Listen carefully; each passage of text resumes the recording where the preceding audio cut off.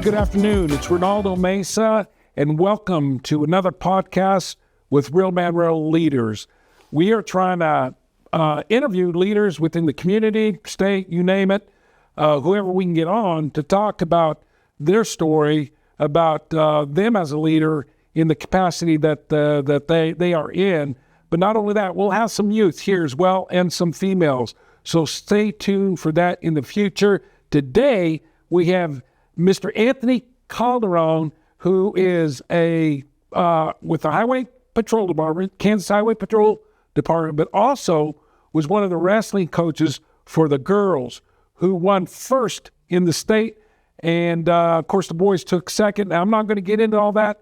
I want to welcome Anthony, and I'm glad he's here. I'm going to let him tell us a little bit about himself, his backstory, how he got involved with the Kansas Highway Patrol, how he got involved with wrestling, and, where he's at today, and what it took for him to be where he's at today.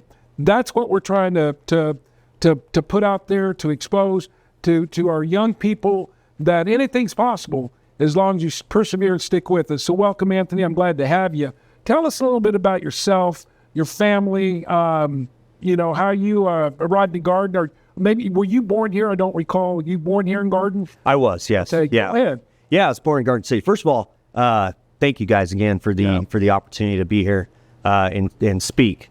Send a message and kind of just talk a little bit about the Highway Patrol and Garden City Wrestling and not necessarily myself, but kind of if anybody out there has a similar background or interest and they can understand that there's a lot that you can do in life if you're mentally tough and you just put your mind to it, man. But no, yeah, I was born and raised here in Garden City. My family on my mom's side, her last name is Arlano. They used to have my grandpa. He had a vinyl shop over there on Fulton Lane. It's still there. Yeah, building's still there. Yep. Yeah, we got a couple cars in there, and So and then my mom's mom, she was raised over in Deerfield. Her family, had migrated over here for the sugar beet stuff on the dam. So they were very heavily involved with that. But no, I grew up here in Garden City. I started wrestling when I was 4. So not necessarily before I could walk, but I think I almost. Yeah, almost. My mom was kind of helping out, be a secretary for a club that my uncle Joe had ran. Yeah, Southwest Grapplers Club. Joe, great wrestler himself. Yeah, and along with his brother Bobby. Definitely. Yeah. So they were a wrestling family, and I just naturally wanted to go out there and partake and people getting after it, and so I started when I was 4. What weight? 36 pounds, man. Not now. I tell you that. Not now. Started at 4. I'm sorry. Yeah. Go ahead. No, but started whenever I was 4 years old, and after that, man, I took off. I loved it. Now I was not obviously a 4-year-old, man. I was not good. Singlet barely fit me. I didn't know how to tie my shoes. But for sure, went out there, had fun, and I really didn't start getting competitive till maybe I was about. I'd say maybe 10, 11 years old. But the important thing here, and if you don't mind interrupting, is you started it and you stayed with it. Absolutely. And you grew to love it. Yeah. Right. Yeah, and it wasn't the only sport I did. Yeah. But it was the one that I felt the most proud of because it was me out there. It was just and I love team sports are great because you have to learn how to depend on other people and let them do their job and trust it. But I really gravitated towards wrestling because it was me versus the other guy. And that separates, again, every now and then I'm going to interrupt if you don't mind it. No, you're fine. But that is different than a football team, basketball team, because here is one-on-one, right? It is. Yeah. It's like a pitcher, though. Yeah. I played baseball, too, and being up on the pitching mound, it's you and the hitter. Right. Catcher's right there to help you out if you need it, but it's there's a lot of pressure on those pitchers out there. But, no, it's a little different than team sports. But I think that's why I gravitated towards it, because I understood that it was me and them, and I think, like I said, once I started to get competitive with it, which talking on that, like I coached kids wrestling for a portion of time, and I got into that whenever I was in high school. So to be a coach at the time, you had to go through become a member of USA Wrestling, get your bronze certification. So you had to go through a class. So my junior year of high school, I wanted to be a coach. And so I would go to high school wrestling practice, finish, go home, go shower, come back, and coach kids wrestling. And I really enjoyed that. And what it taught me, though, is that at a young age, kids just need to have fun. Yep. We can keep them coming back the next day and the next day, and they want to come.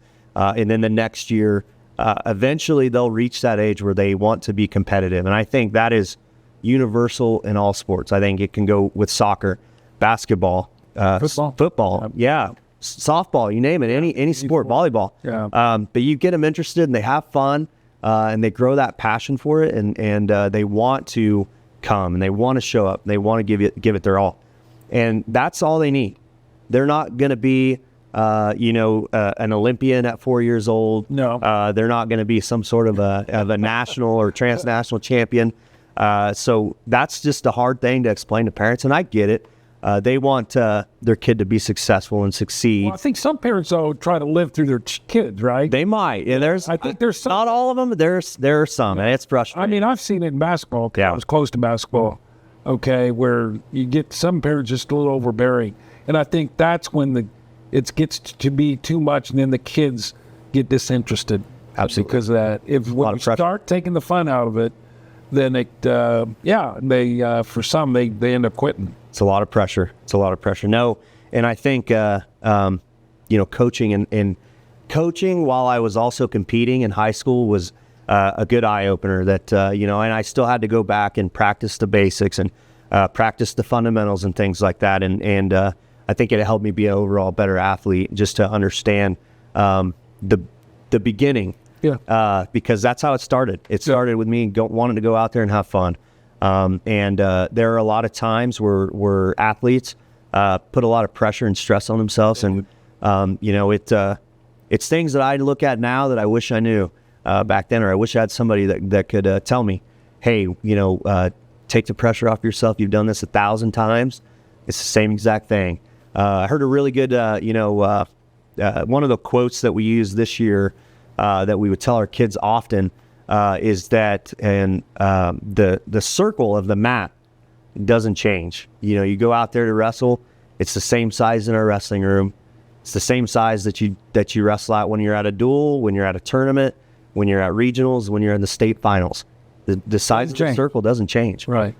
So just stick to your drilling habits, stick to your fundamentals, and just go out there and have fun. And with wrestling, there's a lot of discipline in that. There is. I mean, with weight, you got to constantly weigh in, right? And be at the weight that you're supposed to be wrestling.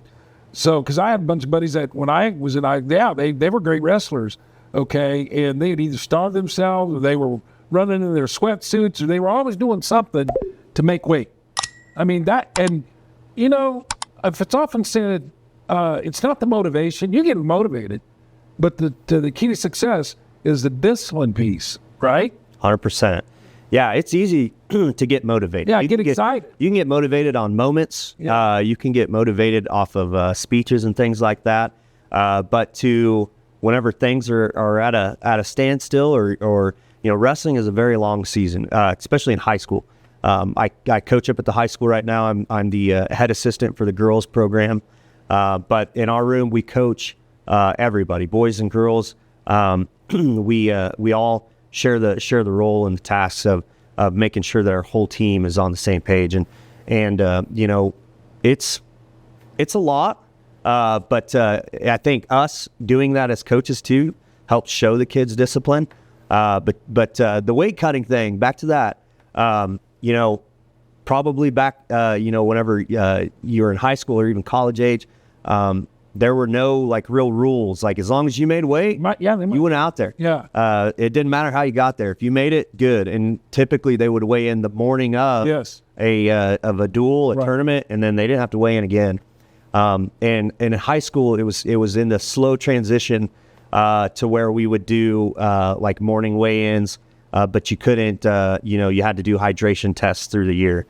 Now they have it set up to where kids weight cutting is not I would say a big problem right now. because they have to do a hydration test at the beginning of the year. They do an alpha weigh-in, so they explain that to me a little bit for the audience. Yeah. Hydration test. What is that? So they have to pee in a cup and prove that they are indeed hydrated based off of a chart. Good, cool. And then they weigh in as well after they do that. Okay. And they can only lose a percentage of that weight to be able to wrestle in a certain weight class. I'm guessing a lot of people don't know that. No, Wrestlers do, coaches do. Absolutely. The general public doesn't, so I'm glad you're sharing this. Yes. And in college, it's a little bit more aggressive. And it was that way whenever I was there, is you would still go through the hydration process, but when you weigh in, the next duel or the next week, you could only lose a certain amount of weight that week to weigh in the next week. And you couldn't weigh under that, or you'd get in trouble. So you have to maintain that. Yeah, you have to be able to maintain that weight throughout the season. And I think, it'd be great if Kansas was able to transition to that, because, I think in the past, wrestling is about one of the only sports where you're like, okay, every other sport, you're looking at hydration. You want to have great nutrition. You want to have all that fuel and energy. I think wrestling's had a bad rap for, kids being dehydrated. Yeah, being the opposite. Yeah, losing weight and not eating. Right. And so then you turn around and you're expected to go perform at an elite level. Yeah. And you can't. You really can't. So, yeah. No, I'm glad it's changing. It's for the better. It's a really good deal. Because we do share with our young boys, if they're going to be at their optimum level, and I'm talking regards in the classroom, okay, and sports too, you can relate to sports, they have to make sure they get the nourishment. They have to, even physical activity, they, rest, get off the games, man, get off your TV, your mind needs a break, and oftentimes it's constant with those young boys. They're constantly got something. They're either on their phone. They're either playing a game. Not all of them, where they're at home watching TV. Okay. So, yeah, we talk a lot about being at your optimum level and, not only sports within the classroom. So, absolutely. It's, that optimum level and discipline, that's a big deal. Yeah. In any sport, I would think, any sport. Absolutely. If you're going to produce and do your best, you want to feel good and be able to perform, or else it's not going to work. Absolutely. No, and speaking on your on the boys that you guys work with, I think you guys are doing great things. Exposing them to different areas of the community, right? Different job opportunities that are out there, and then even like leadership. Yeah. Just having the ability to speak with people, having the ability to engage, kind of be away from your phone, socialize, take in the world. Life is short, man. Yeah. And being able to soak in all of that stuff, because before you know it, boom, they are adults. Yeah. And next thing you know, they're going to be wondering where did all that time go, man? Right. Yeah. Because you can't get back time. Yeah. Right. It's one of the things you can't. That's right. It's one money And can't so even get you that. That's right. Yeah. And we try to teach them that. Let's okay, with the girls wrestling program, man, you guys did awesome. I mean, my gosh, won state championship, nationally ranked at number 10, you said? Yes, number 10, yeah. And that's across the nation.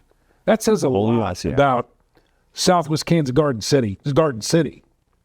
I mean, that's an amazing feat, because I don't think it's ever been done. It might have been done to the boys, but we're talking girls here. Absolutely. I mean, we have some of the toughest girls. They're tough, man. They, they're tough, and they did all. Tell us a little bit about that journey. No, absolutely. They did all the work, and we had a lot of buy-in this year, both on the boys' side and the girls' side. And I'll speak for the girls first, and then I'll talk about both the team boys too. I don't overall. because, but they won state, and I know the boys followed. Yeah, they got second. Yeah. Now the girls went an extra mile. Absolutely. It was nationally ranked. Came together, yeah. So both of them did well. I don't want to take anything away from the boys, and I'm hoping to have I was telling Edgar that would love to have some of the girls here. Awesome. And it was what we need, and we can set it up. We have a handful of them. really would love to do that, as well as with the boys. So we'll get that scheduled sometime. Good. Tell us a little bit about the journey. Yeah. So the journey, man, for the girls, it's got to go back to hats off to our new coach, Paul Lappin. He's the new head coach. Yeah. He spent plenty of years as the head assistant underneath Carlos Prieto. Yeah. And him and Carlos, they had a great reign together. They did very much. They had several team state championships. Always had individual champions, and they established a really great program. For Paul to step in and look for new opportunities of how we can improve, he went with the approach of let's build on our kids' mental health, and let's build on our kids' mental strength. And we invested into a mindset program. Oh, man, that's and I think the girls really remain true to that. And a lot of it had to do with just understanding competition, understanding the physiological things that happen to you, because wrestling is a combat sport. So your mind doesn't know any different that you're not going out there and getting in a fight. So there's a lot of things that happen that they have to understand. You touched on something that is very true. Okay, the mental state of your mind, because there is scientific evidence that if you study it, see it, write it down, believe it, you're pretty sure you're going to achieve that goal. But you got to work towards it, and you got to see it every day. You got to read it, but there's also a back end of that where you got to put stuff into play to make that happen. And so I think that's fascinating. You Absolutely. guys did that. Yeah. And then to add to that, what you said, you got to live it. They got to live. They have to live out, everything that we're talking about. I think they did a really good job putting it all together. We have a really tough schedule, so that helps. For some of them, it's like I said, that mental side, it's a battle because we go to really tough tournaments. We go to really prestigious tournaments, and they see some good competition. And you may have, if we stuck to let's just stay in Kansas type of schedule, let's go to the places that are closer by, things like that. They're not going to get the opportunities to grow. And I'm not saying that we try to break them down or anything. No. But we want them to see, look, you have areas to improve on. We could have took you to this tournament right down the road, and you would have easily got first, and it'd been a great ego boost. But when it comes time to the state tournament, when you really got to dig deep and you have to have been in these moments, you're not going to be prepared. So we like to take them to some tough nails tournaments, and they perform really well there. They actually, the girls team won the Kansas City Stampede tournament that has a tremendous amount of states that are there, and the girls won it. Was that early on in the season? That was right before Christmas time. Okay. Now I'll tell you this: we took a couple JV girls, our second team, and they placed within the top. I think it was 25, and I believe it was 25. But we only took a handful of those JV girls, and they still did phenomenal with that small amount of kids. But I think that's a good testament to our program, and like I said, going back to that mental side of things, I think the girls were able to really live that and embrace it. Yeah. Well, oftentimes we put so much emphasis on the physical.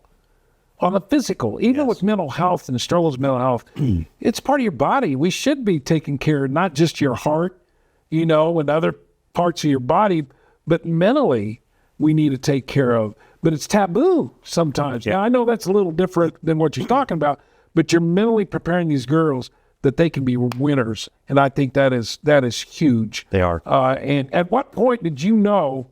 Was there a point in the season you say, "Hey, man, we got something special here"? Yeah.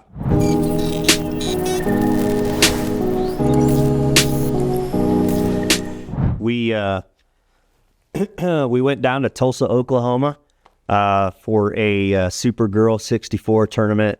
It was very flashy. Tulsa Union's got a phenomenal athletic facility. It's kind of like a dome. We took our varsity starters and a handful of JV girls as well again. And I think there is where I truly saw the separation between our competition. But I had to keep in mind as a coach not to get too excited because, you know, it's a long season and there's a lot of peaks and valleys. Keep it in check. Yeah. So I had to be realistic with myself. But behind closed doors, man, I think there's a couple times where, you know, me and Coach Lappin and Coach Perez and, you know, we all just kind of were smiling at each other like, we got something special, man.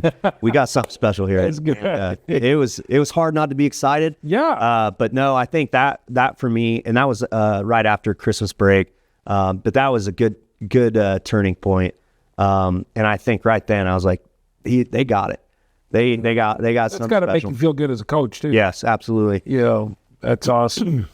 That's awesome. And they did all the work. Like I said, man, I'm the biggest. Yeah, but you had to prep them. I'm a big cheerleader there in the corner. You had to prep them. You had to get them ready. Yeah. Right? It just doesn't happen. It takes you, Lappin, and Perez, and even the parents. Yes. You got to come together and support these girls, no matter what the outcome is. Because some girls, you know, they might have failed, not failed, but kind of didn't do as well as they would have liked to. Absolutely. Okay, and you got to still encourage them, you know, and stay with it. But yeah, I think that's such a great story. I'd like to have Coach Lappin on sometime. Yeah, he'd be I great. think I'll try to Edgar set that up. Love to have him on. Love to have the boys coach on here as well, and to talk about the successful season that you guys had. Let's shift a little bit. How'd you get involved with Highway Patrol? All right, man. I got tricked into it. I'll tell you that. I was, good salesman. That's what they are. No, I thought I was going to be an art teacher. Really? In high school, I really did. I did a lot of drawing, painting, sculpting classes, pottery, photography, very artistic. And I really enjoy that stuff, and I still do. But I went to an alumni lunch for Fort Hays State University. I had signed to wrestle at college there, and so I went to this alumni lunch. Wasn't really sure what to expect, but I knew Josh Biera. He showed up, and he was there. That guy is everywhere. Yeah. And so anyways, we're at Ward's is where this was at, and so he's chit-chatting it up with me.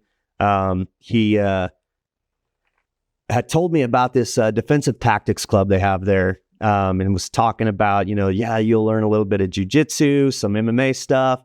It's kind of right up your alley. And at that time, I had decided I was just going to go to college, do my gen eds first, and then kind of see where things took me. Right. So he was telling me about this defensive tactics club and was like, but I think you got to be a criminal justice major to be a part of the club. So I was like, all right, man. So I'll take a couple intro classes so I can take a self-defense class and then see how I can get into this club. And I got there, got to Hayes, really enjoyed the classes I had, and then found out you don't have to be a criminal justice major to be a part of the club.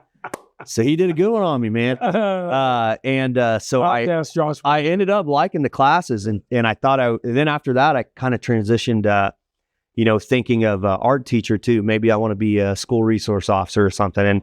And I had, learned a little bit more about how police departments work. Yeah. And realize you don't just get to magically hop into a school. Yeah. That's not, something you don't apply for that SRO position. You more so have got to have some years of experience. You have to have some training and investigation. You got to, especially working with juveniles, you got to understand the law a lot. So then I was like, well, maybe I can go into juvenile corrections, or I went to the jails for like juveniles side and adults. I'm not going to ever get into corrections. I don't think I could sit in the same environment the entire time. And sure. But fast forward to my last year, Josh Biera tricked me again. I called him up for I was doing a senior project, doing the comparisons between city and state policing. And so I interviewed him, went on a couple ride-alongs with some troopers out here in the area. And as I was kind of finishing that up, he's like, oh, and by the way, if you don't have anywhere you think you would like to work yet, the Highway Patrol is hiring and really love for you to submit an application. And here I am 8 years later, man. Oh, Josh. Yeah. I can see that happen. Yep. It's with him. And he's probably smiling too. It's the back and he shut the doors like, I got one. Got it. Yeah. So now how long you been Highway Patrol again? 8 years. Yeah. Yep. 2017. And that's when I think about you guys, when I'm traveling up and down the highway, it's a dangerous job. I mean, not constantly, but it can be. And I'm sure you've had an experience or two of being out alone on the highway, and because it is shift work, right? It is, yeah. And does that change? Like, do they change like from day to evening? I mean, how does that work? So our schedule is kind of it's getting ready to go through a change here in the next couple weeks. But the schedule we have currently is you start your work week off working night shift, and then you have a swing day. So you go from a night to a day shift, and then you finish your week out working days. But yeah, being out on the highway is different. And I was an operator on our SWAT team for about 3.5 years. Yeah. And I'll tell you, I felt more comfortable in SWAT environments than walking up to the back of a car at night. Yeah, because I don't know who that is. Right. I don't know who it is. And at least with the SWAT calls, I'd get a nice, command email that said, this is who the guy is or girl. This is what crimes they did, whether they shot at the police or not. I knew what to expect whenever I was going there. And now there were obviously some dangerous and scary moments. But I think walking up to a car at night and you just, the hair standing up on the back of your neck and you just, something doesn't feel right before you've even got up there.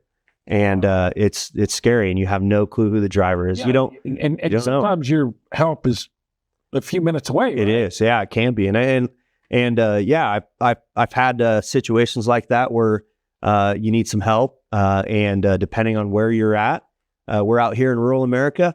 And so a lot of our towns are, miles long, and the counties are spread out very far. And yeah, because you were telling me earlier, how big's the zone? You're assigned a zone. Yeah, so for our road troopers, they are our state troopers. They're assigned an area. So for me, whenever I first came out here, I was assigned to a zone, and I was assigned 7 counties to patrol. Now, sometimes you'd get sent to other areas outside of your zone, and we can enforce the law statewide. But to keep everyone out there, we're assigned zones. So yeah, man. There was like I said, one time I was out west of a town in a rural county, and I was about maybe about 25 minutes away from the county seat, and then I needed help. I needed another officer to come out. Had a very irate individual that was in the car, and come to find out, he was suffering from he was bipolar, and his wife had kind of let me know he's off his medicine. They had actually had to leave a vacation early. They flew, and they had to rent a car to bring it back because it was bad.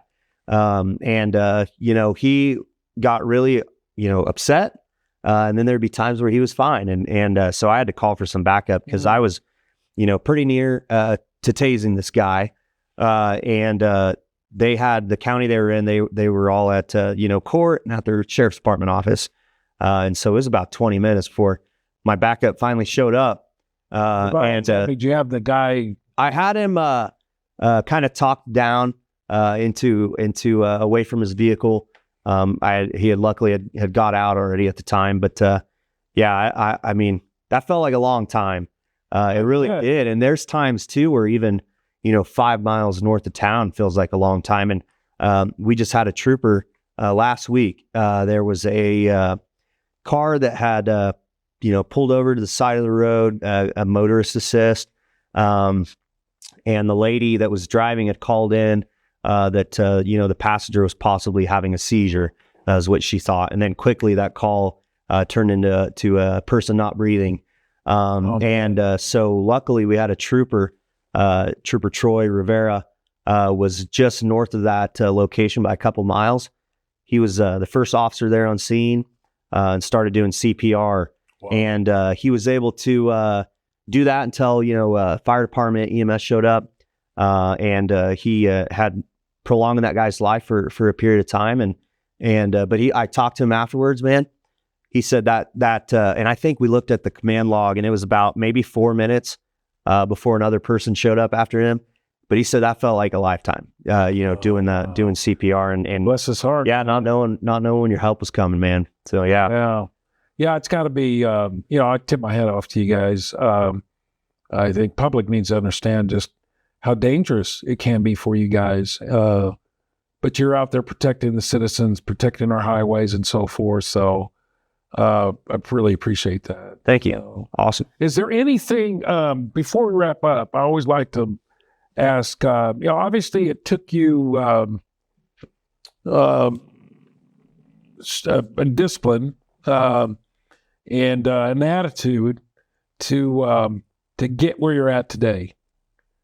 Is there anything that you would like to leave with the audience about what it took for you to be a winning coach, wrestling coach, also to be working for the Highway Kansas Patrol? What did it take you to reach these levels? Because you are in a leadership position, whether you want to believe that or not. You are. Okay. You are with the girls. I think you're a leader on the Kansas Highway Patrol. And who knows what your career, where your career is going to take you. What would you say helped you get to where you're at today? I think, first of all, I'm not perfect, and I never have been. And I think being able to explain to people that it's okay to mess up. People mess up. It's okay to make mistakes. You learn from it. And it's unfortunate that some mistakes that you make are at the cost of other people hurting, or things like that, man. But I think in general, even with coaching and being in the patrol, being in the Highway Patrol is culture. And I am not, necessarily talking about, I don't know what you want to call that. Not like ethnicity or anything, but as far as like culture is, what do people say about you or your program when you're not there? What do people say about your agency? That's culture. How do people feel about you? And one thing that I've often thought about, because I get a lot of windshield time, I get a lot of time to reflect. And one thing that I've continuously thought about is with that culture is how do you make people change that? You can't. Mm-hmm. It's all in how you live and what you continue to accept, what you allow to happen continuously. That's culture. That's what you've allowed.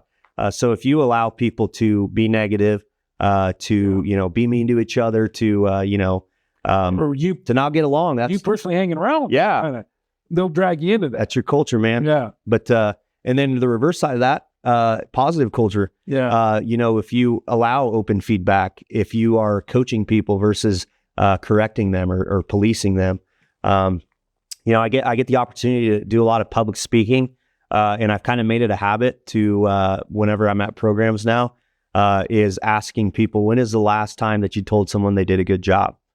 Yeah. Was it this week, this month, couple months ago, this year? And they start to really, think about that. And just that small thing of giving credit to somebody is huge. And I talked to a group in Dodge City yesterday about this, and then you turn around and whether they hear it or not, it's completely I don't know yet. We'll see. But just there was a girl that dropped her cup out in the hall, and nobody stopped to help her pick it up. So I'm like, man. So I went and got some napkins, things like that, and I'm like, all right, well, I'll help you out. But yeah, man, help that gesture though, and even a word of encouragement. We sometimes don't realize how big of an impact that can make with people. Because I've seen people say things afterwards, how stories, how this individual was helped, or there was a word of encouragement, and that changed the way they went about their lives. And they change, just words matter. Words are powerful. Okay, so just a nice word, or just telling somebody you love them. Well, I don't think we do enough of that. Absolutely. And we shouldn't be afraid to do that. So, man, I'm glad you helped her. What did she? Did you surprise her? Did you? Yeah, she. I told her, I was like, I'll wait right here until you come back. And then I even told her, I was like, I'll wait right here until you you go to class. Like, I'll figure this out. Like, you're going to be late. Good for you. And then luckily, one of the teachers there, Denise Salem, she's a phenomenal teacher over there in Dodge City, and she was able to call maintenance staff, have somebody come down with a mop, and I just hung out until the guy got there, and yeah, man. But no, yeah, I really do appreciate you guys having me here and getting the opportunity to talk about a lot of different things as far as being a coach and working for the Highway Patrol. And it's not enough time in the day to be able to tell all kinds of fun stories. But we appreciate you too. Like I say, we really do. You coming on and taking the time to do so. This is what it's all about. Yeah, you're sometimes an ordinary guy doing great things, right? You're trying to be the best that you can, Anthony Calderon, as you can be. And that's what we need to impress and, with these young kids and adults for that matter. It's just not about the kids. So, Coach, Officer, man, we really appreciate you coming on and spending time with us. Great story. Hey, thank you for joining this podcast from Real Man, Real Leaders. Stay tuned for the next podcast here soon. And we appreciate you tuning in. Thank you. Have a good afternoon. That was good. Awesome.